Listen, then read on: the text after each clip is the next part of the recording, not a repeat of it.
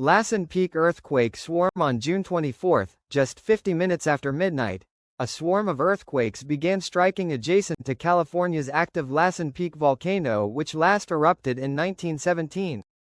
While these earthquakes were quite small, they kept occurring one after the other, unlike what would be expected in a typical foreshock or aftershock sequence. Across the next 8 hours, the rate of earthquakes continued to increase, until it reached a peak at 8:50 a.m. local time, generating the largest event in the swarm, which could even theoretically have been felt, a magnitude 2.5. Activity then declined across the next 11 hours, involving about 3 dozen more earthquakes until this swarm ceased altogether.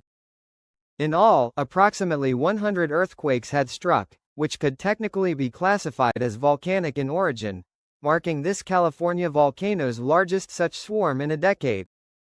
However, this swarm was not at all concerning, as it was not triggered by magma movement but rather from heated geothermal fluids rising from underground.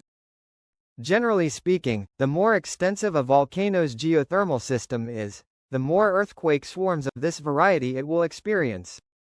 This is why the Yellowstone volcano in Wyoming, which contains the largest and most extensive geothermal system of any volcano on the planet, also experiences highly frequent geothermal earthquake swarms which do not imply any suspicious activity.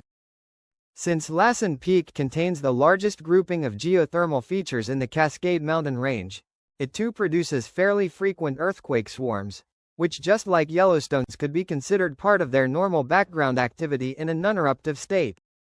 You can even see this pattern when I overlay a USGS map of every single historical earthquake which has been recorded in and a bit outside of Lassen Volcanic National Park, as clusters of earthquakes occur adjacent to, albeit primarily just uphill of, known hot springs, mud pots, and fumaroles.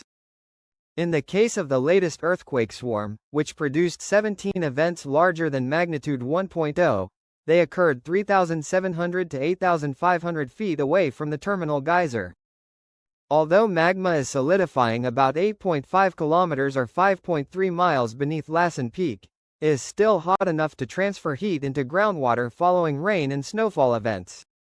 This heated water then hydrothermal origin rises, along with some volcanic gases, into weak spots in the crust, lubricating pre-existing fault lines, which makes them more likely to slip.